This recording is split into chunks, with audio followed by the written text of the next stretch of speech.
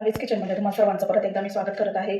तुम्हाला माहीत आहे कालपासनं गुरुवारपासनं सप्ताह चालू झालेला आहे स्वामी समर्थांचा, म्हणजेच गुरुचरित्र पारायणचा सोहळा चालू झालेला आहे. तर रोजच आपल्या केंद्रामध्ये आरती असते स्वामींची. संध्याकाळची आरती असते, सायंकाळी 6 वाजता आरती असते. तर आज मी स्वामींसाठी काहीतरी खास म्हटलं आज प्रसाद बनवूया आणि त्यांच्या आवडीचे आपण आज बेसनाचे लाडू बनवणार आहोत.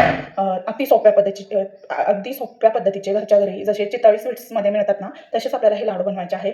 सो हे बघा, त्यासाठी लागणारे साहित्य मी 1 वाटी बेसन पीठ घेतलेलं आहे, थोडेसे ड्रायफ्रुट्स कट करून घेतलेले आहे आणि 3 ते 4 चमचे फक्त बारीक रवा घेतलेला आहे आणि अर्धा बाउल इथे मी तूप घेतलेलं आहे. तूप जेवढं जास्त जाईल ना लाडूमध्ये, तेवढे लाडू आणखी चविष्ट लागतात आणि त्यांचा शेप जो आहे ना गोल बनवायला ते छान बनतात.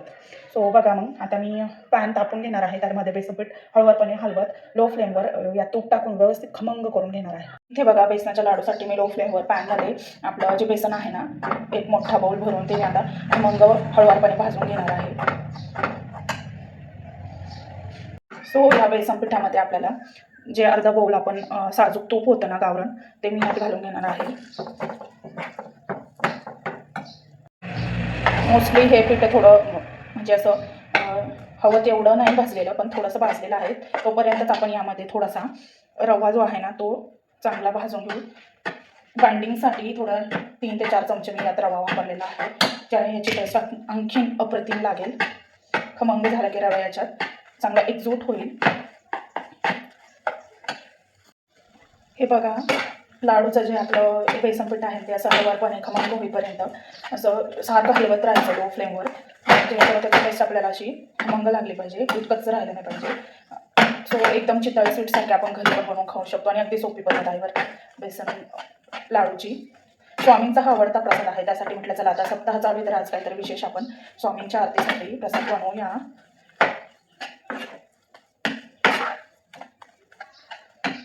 तो आपल्या बेसनाचा लाडूचा पीठ एकदम खमंग भाजलेला आहे. मी गॅस बंद करून घेतलेला आहे. आता थोडंसं कोमट होऊन द्यायचं आहे. त्यातच आता आपण शुगर म्हणजे साखर आपली 1 बाउल भरून मी मिक्सरमध्ये ग्राइंड करून घेणार आहे. पिठी साखर आपल्याला यात घालायची आहे आणि त्यातच मी 5 ते 6 आपले हिरवी इलायची जी आहे ना त्याची बी पूड याच्यात मी मिक्स करणार आहे.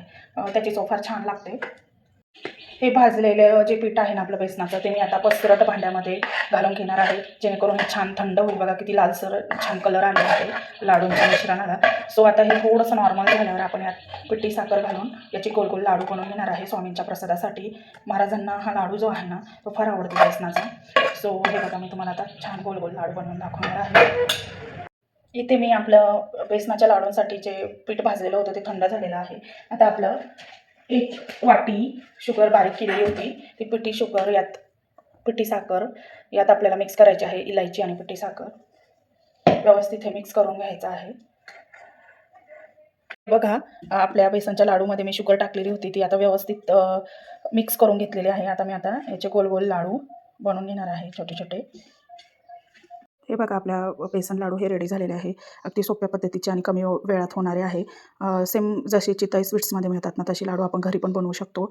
आणि आज मी तुम्हाला सांगितलं आहे सप्त्याचा दुसरा दिवस आहे, तर स्वामींचा हा प्रसाद आहे. स्पेशल स्वामींसाठी मी बनवलेले आहे. सो आवडल्यास लाईक करा, शेअर करा, सबस्क्राईब करा. भेटूया पुढच्या व्हिडिओमध्ये. बाय.